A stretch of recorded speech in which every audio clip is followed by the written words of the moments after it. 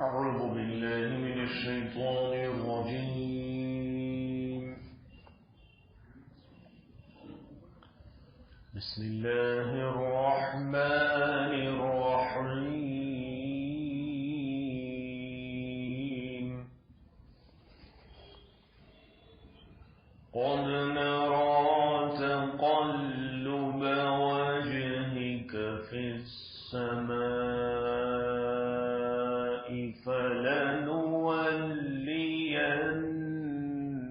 فلنولينك قبلة ترضاها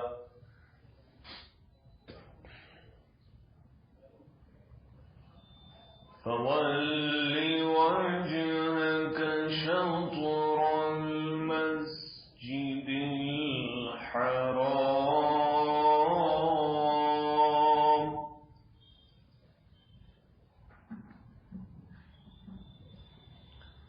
وحيث ما كنتم فولوا وجوهكم شطره وإن الذين أوتوا الكتاب ليعلمون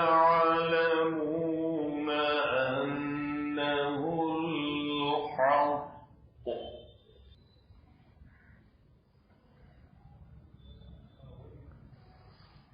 وإن الذين أوتوا الكتاب ليعلمون أنه الحق من ربهم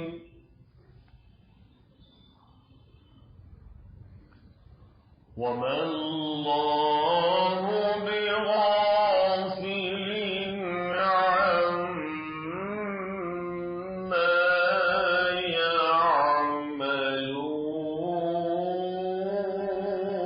يعملون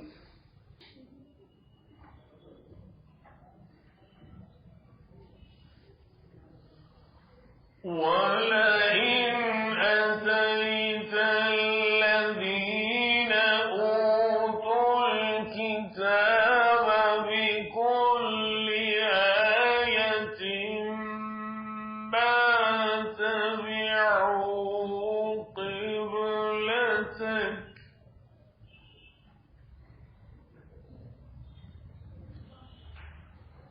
وما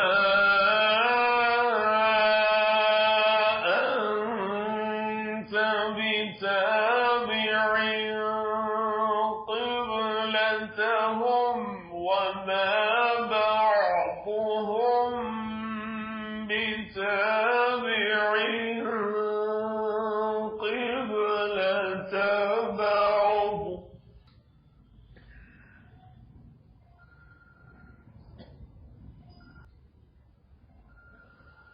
وما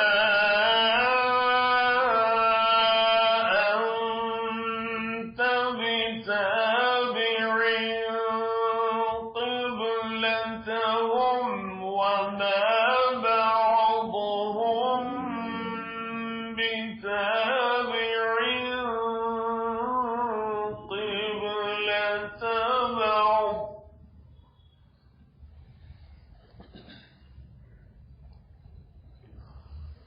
ولئن اتبعت أهواءهم من بعد ما جاءك من العلم إنك إذا لمن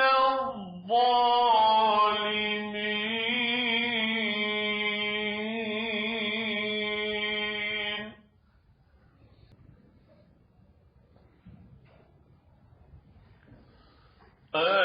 الذين آتيناهم الكتاب يعرفونه كما يعرفون أبناءهم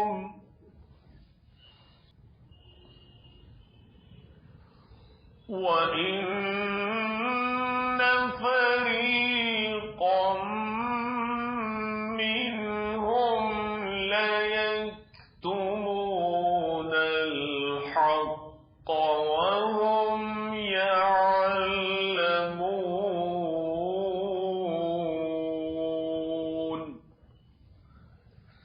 الْحَقُّ مِنْ رَبِّكَ فَلَا تَكُونَنَّ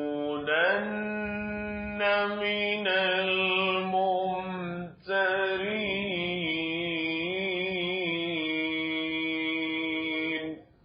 صدق اللہ العظیم. دوسرے پارے میں سورہ بقرہ کی آیات 144 سے 147 کی تلاوت کی گئی. ترجمہ ہے: بے شک ہم دیکھتے ہیں بار بار اٹھنا تیرے منہ کا آسمان کی طرف، تو البتہ پھیریں گے ہم تجھ کو جس قبلے کی طرف تو راضی ہے. اب پھیر منہ اپنا مسجد حرام کی طرف، اور جس جگہ تم ہوا کرو پھیرو منہ اسی کی طرف. اور جن کو ملی ہے کتاب البتہ جانتے ہیں کہ یہی ٹھیک ہے ان کے رب کی طرف سے، اور اللہ بے خبر نہیں ان کاموں سے جو وہ کرتے ہیں. اور اگر تو لائے اہل کتاب کے پاس ساری نشانیاں تو بھی نہ مانیں گے تیرے قبلے کو، اور نہ تو مانے ان کا قبلہ، اور نہ ان میں ایک مانتا ہے دوسرے کا قبلہ. اگر تو چلا ان کی خواہشوں پر بعد اس علم کے جو تجھ کو پہنچا تو بے شک تو بھی ہوا ان بے انصافوں میں. جن کو ہم نے دی ہے کتاب پہچانتے ہیں اس کو جیسے پہچانتے ہیں اپنے بیٹوں کو، اور بے شک ایک فرقہ ان میں سے البتہ چھپاتے ہیں حق کو جان کر. حق وہی ہے جو تیرا رب کہے، پھر تو نہ ہو شک کرنے والوں میں.